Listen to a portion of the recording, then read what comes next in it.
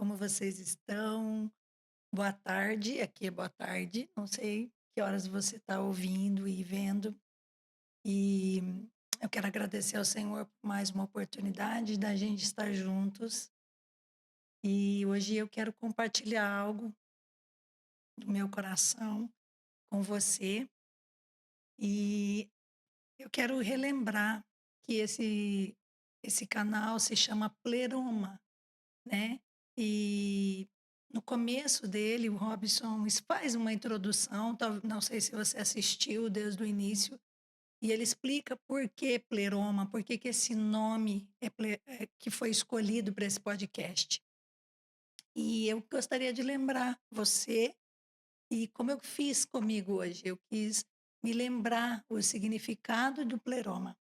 E essa palavra está em Efésios 4, que diz assim: 13, tá? 4:13, até que todos alcancemos a unidade da fé e do conhecimento do Filho de Deus e cheguemos à maturidade, atingindo a medida da plenitude de Cristo. Pleroma é plenitude, é maturidade, é um caminho, um processo que a gente chegue a esta plenitude de Cristo. Eu acho que esse é o anseio do seu coração, é o anseio do meu coração, que a gente possa encontrar este lugar no Senhor. E a palavra que eu queria compartilhar com você, que eu acho que é muito conversado no meio, né, no meio dos cristãos, é sobre o fruto. A gente fala muito o que que é fruto, né? O que que eu tenho uma vida, na minha vida tem fruto. E eu gostei muito de um conceito num livro que eu li, que se chama Enraizado, e ele dizia que fruto significa que quando alguém prova da sua vida, ela terá o gosto de Jesus. Será que você tem vivido e as pessoas ao seu redor, quando elas provam, quando elas experimentam da sua vida, ela tem gosto de Jesus? Será que alguém que não conhece Jesus, quando te conhece, ela também experimenta de Jesus? E é sobre isso que eu queria conversar com a gente hoje, conversar com você que está aí me assistindo. Eu peço que pedir ao Senhor que essa palavra viesse de encontro com todos que forem se conectar e possam receber essa porção, completando algo que já está no seu coração, borbulhando, algo que o Espírito Santo já começou em você. E eu queria falar para você que isso é ser cristão. Isso também é ser cristão, né?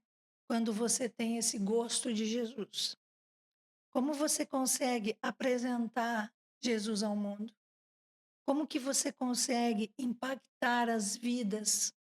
Como você consegue impactar as gerações através da sua vida, através da sua experiência? Também impactar de uma forma eterna, não só numa transformação momentânea, mas ao ponto dessa pessoa experimentar e desejar conhecer Jesus através das suas atitudes, através do seu comportamento, do seu falar. Eu confesso para você que às vezes na minha vida eu vi muitas coisas que eu era parcialmente. Eu sei que eu ainda não sou inteira, mas eu busco essa plenitude, esse lugar de conhecer o Senhor cada vez mais.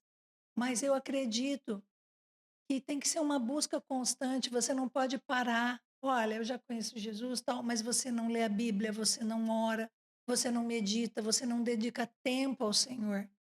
Eu, às vezes, quando eu falho nos meus devocionais, não dedico um tempo inteiro, parece que eu fico com uma sede, assim. Sabe aqueles dias que você não conseguiu tomar a quantidade de água que você queria, que você não se alimentou direito, que você correu muito, que você está muito agitado, que você não está em paz?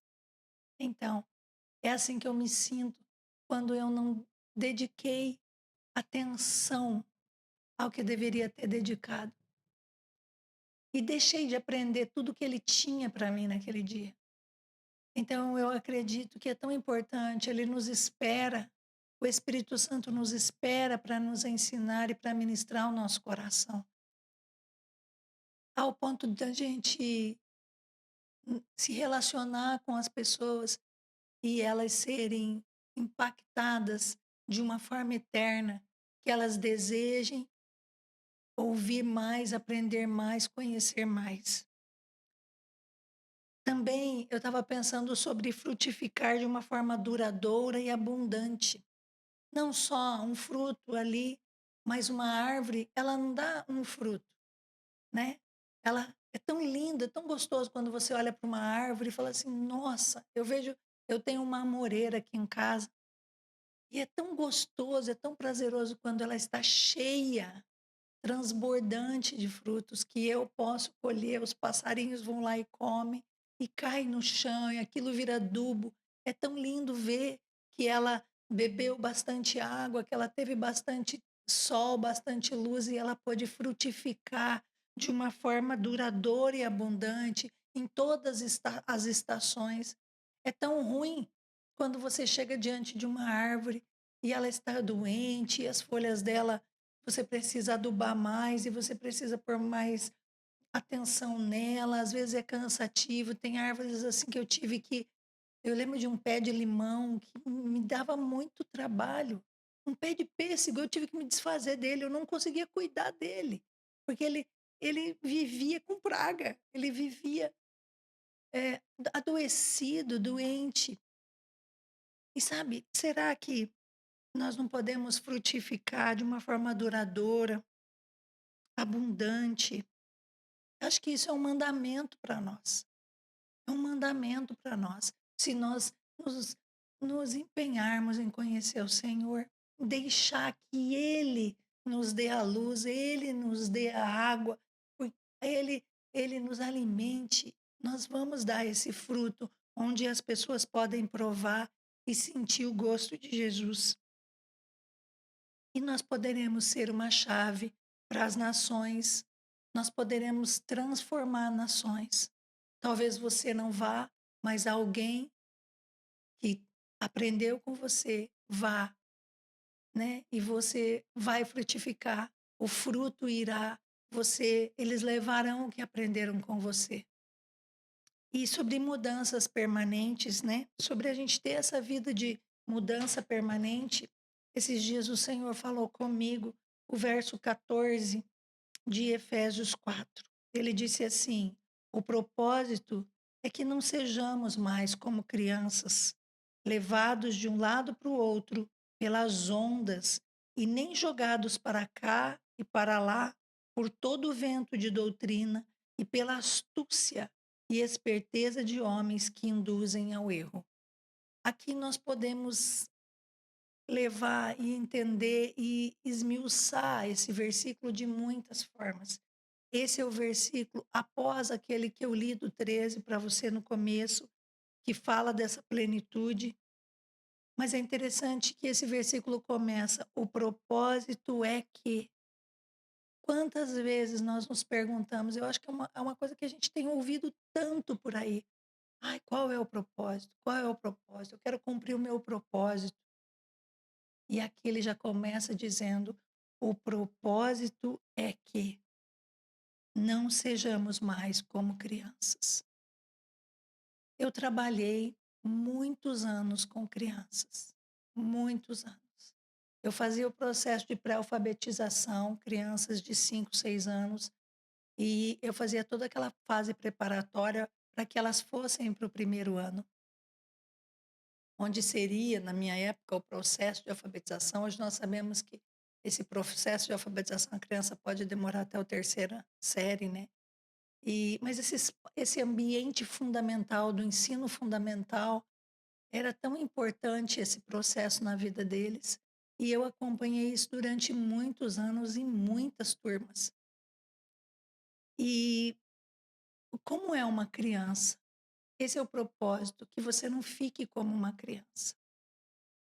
E você sabe, eu tenho convivido com tantos cristãos, e eu não estou aqui falando mal dos outros, porque muitas vezes, aliás, esse versículo veio para mim há pouco tempo, né? Eu estava meditando e o Senhor me trouxe, porque Ele havia me falado algumas coisas E quando eu percebi, eu estava de novo falando, pedindo para ele as mesmas coisas. E ele disse: Elis, nós já conversamos sobre isso. Você já sabe o que você tem que fazer. Você está parecendo uma criança. E então ele me levou a meditar sobre isso. E aqui continua, levados de um lado para o outro pelas ondas. Uma criança, se ela está chorando, sentindo, às vezes você dá um pirulito, ela para na hora. Já viu? Ela oscila. Você pode mudar o humor, distrair uma criança e ela se distrai facilmente. Mas um adulto, uma pessoa madura, ela não é assim. Ela sabe o que quer, ela vigia os seus pensamentos, o que ela fala. Uma criança, quantas vezes, né? Uma criança pode ver uma pessoa aí soltar uma opinião e falar sem pensar, mas um adulto não, uma pessoa madura não.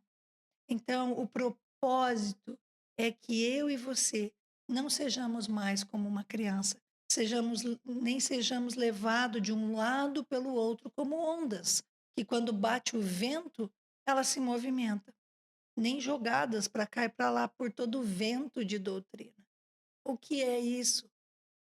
Se você não buscar do Senhor, se você não tiver o seu tempo com o Senhor e buscar dele, porque ele, o Espírito de Deus, vai revelar o coração de Deus. Mas se você não buscar, se você não quiser saber, você vai ser levado pela opinião dos outros, pelo vento da doutrina, dos pensamentos dos outros, do que os outros acham, dos achismos. E você não vai saber a verdade, porque você não foi na verdade para descobrir. Por todo vento de doutrina e pela astúcia e esperteza de homens que induzem ao erro. Muitas vezes na nossa vida, nós temos muitas opiniões. Já ouviu falar? Hoje todo mundo tem opinião de alguma coisa. A minha pergunta é se você sabe sobre as opiniões que você tem na sua vida, na sua escolha. As opiniões sobre os assuntos, eles vieram de onde? Eles vieram, você tem isso fundamentado em você, que foi o Espírito Santo que te ensinou? Hoje de manhã, no meu tempo com Deus, o Senhor me falava isso. O Espírito Santo te ensinará. Então, se você não tem tempo com o Senhor, você não vai andar em plenitude. Você não vai entender, você vai nas opiniões dos outros. Você vai pelo humor dos outros. Porque, como uma criança, um adulto, uma pessoa madura, ela não vai pela opinião dos outros. Ela sabe o que ela tem que fazer. Ela sabe porque ela foi ensinada pelo Senhor. Então, os ventos podem bater, mas ela sabe para que lado ela tem que ir. Eu quero agradecer ao Senhor por este momento. Eu queria que você pensasse nisso. Você tem sido levado a ventos, a opiniões, ou você tem buscado do Espírito Santo? Esse é o propósito. Essa é a busca da plenitude de Cristo. Tchau. Deus te abençoe.